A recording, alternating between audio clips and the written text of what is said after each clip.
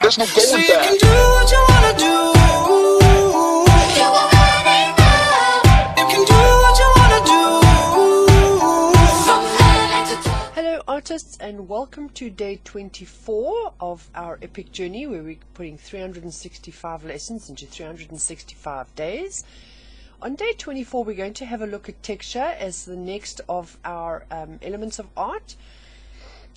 I've got in front of me here a little pen and ink series of drawings of spheres done by an artist. I found it on the internet, but it really nicely describes the difference that you can create using texture.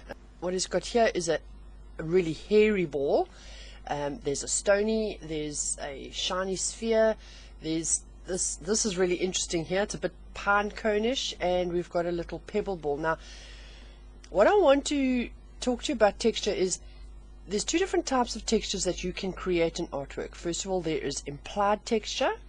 In other words, it's what the object would feel like if you could touch it. So it's the visual representation of what that item's texture is. And then there is actual texture. Now we'll get to actual texture later on, often used in paintings where you can physically touch and feel the texture of a painting. But let's talk about implied texture first. So this is implied. Now if I go down here, you'll see I've got two little spheres, one that is not terribly reflective and one that is reflective. Now what's happening here is this is describing to us something with a matte texture and something with a gloss texture. You'll almost get the feeling that if you touch these, you can feel that this one is a matte texture and this one is really shiny and smooth. This is a really nice little representation that I found, the difference between a flat texture and a hairy texture.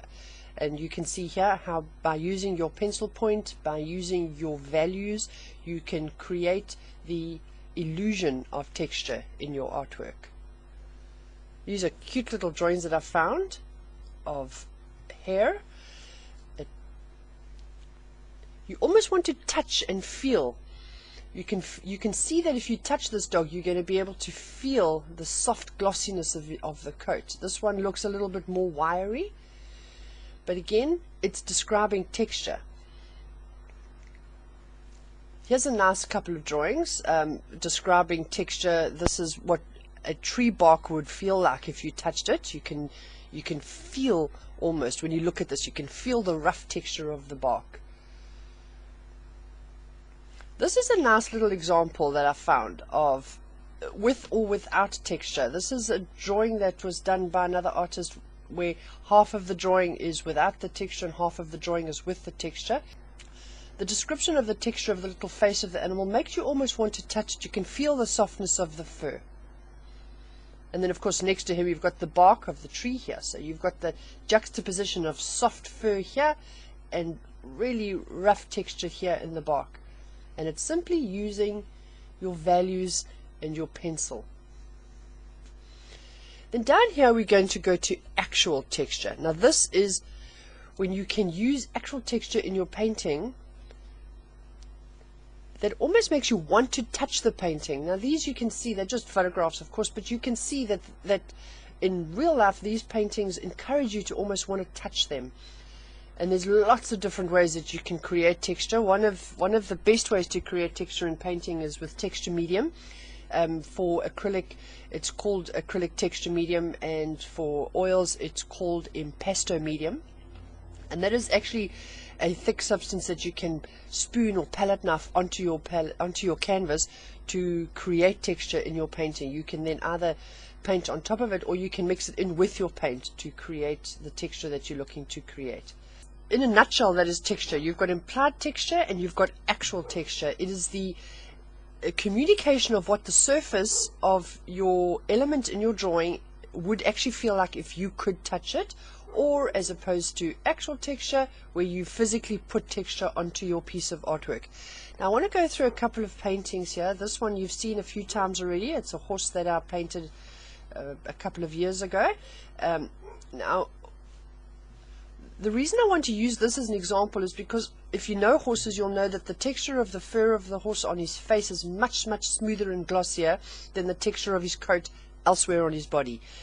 And in this particular painting, it's quite a nice example, because what I've done here is I've used a much finer texture in the face to communicate the fine softness of the short coat on his face, as opposed to here where I've gone much more coarse to give you an implication of a slightly longer coat, so it's a little bit more hairy there.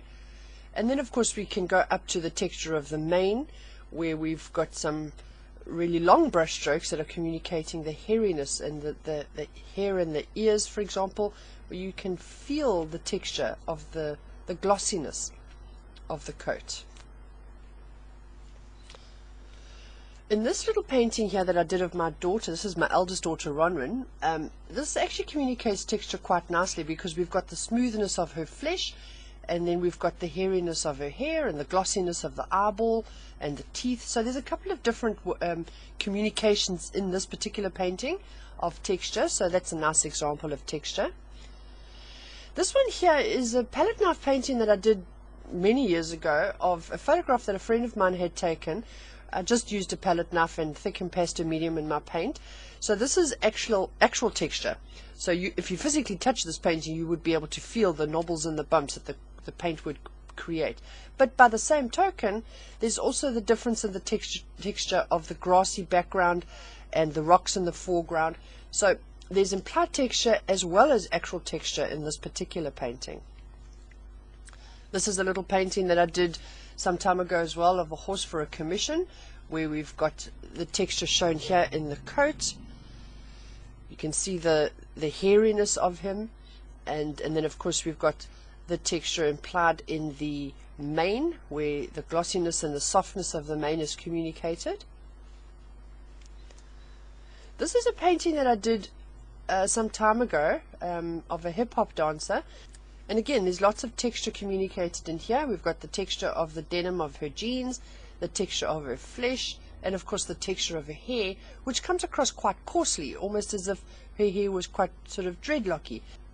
And this was also just created with big, bold brush strokes, not necessarily texture as in actual texture. If you touch this painting, it wouldn't necessarily be rough to the touch. But the texture in this painting is more implied texture. This is a little drawing I did in 2013, again describing the different textures of the lion, the mane versus the texture of the coat. You get the impression that if you touch this lion, his mane would be quite coarse and wiry, as opposed to the softness of the texture of the fur on his face and on his body. Again, another little drawing that I did in 2012 of a close-up of a leopard's face. The texture of the eyeballs glossy and smooth, and the texture of the fur nice and hairy. We're also getting some communication here, and the texture of the eyelashes. You know, wild animals have got quite wiry eyelashes, so they tend to be quite thick and coarse. So the use of the pencil here helped to communicate that, as opposed to the softness of the texture of the fur around the eye. This is a cute little painting I did some time ago, again communicating the softness of the muzzle as well as the juxtaposition of the coarseness of the coat, the smoothness of the coat here on the face, the slightly longer hair here under the chin, and then down onto the body of the zebra, where the brush strokes got a little bit broader and longer to communicate longer, coarser texture of the coat. Then if you go up to the eye, again we're communicating the glossy smoothness of the eyeball. Now this is an interesting painting. This was done by my daughter, the same daughter, this child here, Ronwen. She does tend to do quite a lot of artwork herself. She has a very different style. She likes to do the Jackson Pollock thing, where she throws paint at canvas, and I love this little painting. I just think it's the cutest painting. It's quite small, and she's got it hanging in her house, and it's lovely. What she's managed to communicate here with quite a lot of scumbling and messiness is you've got the soft glossiness of the texture of the lips, as opposed to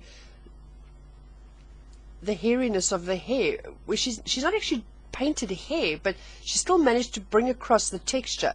There is, of course, actual texture in this as well, because she's got paint splashes here, which are three-dimensional on her canvas, where she's done this in acrylic, and she's added acrylic medium to it to bulk up the paint. She's got some drips here running down her canvas as well, which ends in the most beautiful little bubble of paint here, and there's quite a lot. I don't know if you can see it, if it'll pick it up, but there's quite a lot of splashes all over as well. So this painting is both implied texture as well as actual texture, where if you touch this painting you'll be able to feel the texture of the painting. But then she's also got implied texture here, for example, of the glossiness of the lips. This one here is a charcoal drawing that I did some time ago, where I used a pastel medium. I did it in 2012, as you can see. I used a pastel medium for the satin, and then charcoal for the rest of the nude. And here we're communicating two different textures. When you look at this, you can feel almost, if you touch the skin, the softness under your fingers. And then, of course, there's the fabric, the satin that was draped around her, where we've got the texture of the fabric that is communicated by the strong contrasts here, for example, and we've got some highlights here that is communicating the reflection that this fabric would give off. If we were able to touch this, we could tell what the texture of the satin would be under our fingers. And then this one, which I'm sure you've seen on my timeline, this is the texture again of the fur of the animal. What I like particularly about this one is the nose. Now, I did this painting some time ago, and what I was trying to communicate here, of course, is the shiny smoothness of the eyeball, the reflectiveness of the eyeball. But down here on the nose, we're looking at, you can almost feel the wetness of the wild dog's nose under your fingers. So we've got a couple of different textures going on here. We've got the fur, we've got the long fur of the forehead, we've got the shorter fur of the face, we've got the glossiness of the eyeball, and then the wetness of the nose. So there's sort of four different textures that are communicated here in the wild dog's face. So if we go back to our original notes, and we'll just do a quick recap. We've got implied texture, which can be communicated by the use of your pencil, or in this case your pen and ink drawing, which implies different textures of your item. Here we've got a matte and a gloss finish that is implied by the strength of the reflections. Here we've got a lot of pencil work that is helping us to understand that this is fur. Again, we've got some contrasts here where we've got wood texture and some hairy texture, and again the pencil work and the values that this artist has used has helped us to understand what this item would feel like if we were touching it. And then down here to actual texture, where there's all sorts of things you can do with actual texture. You can throw sand on your canvas if you want to create texture, but it's what your painting would actually feel like if you physically did touch it. So artists, I hope you've enjoyed that little talk on texture and how you can use texture to create an emotional response in your artwork, either physical or implied texture. If you've enjoyed this, please I ask you to share and subscribe and send it around the internet. Invite your friends to like our page. And tomorrow we're going to tackle the last of our elements of art, and then we will move on to the principles of art. Thank you so much for joining me. Have a fantastic day, and I will see you tomorrow. Bye. That's what you want to do. Yeah.